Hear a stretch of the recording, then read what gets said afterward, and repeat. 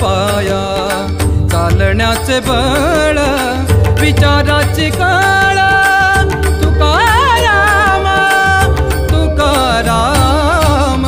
जगण्याचा पाया, चालण्याचे बळ, जगण्याचा पाया.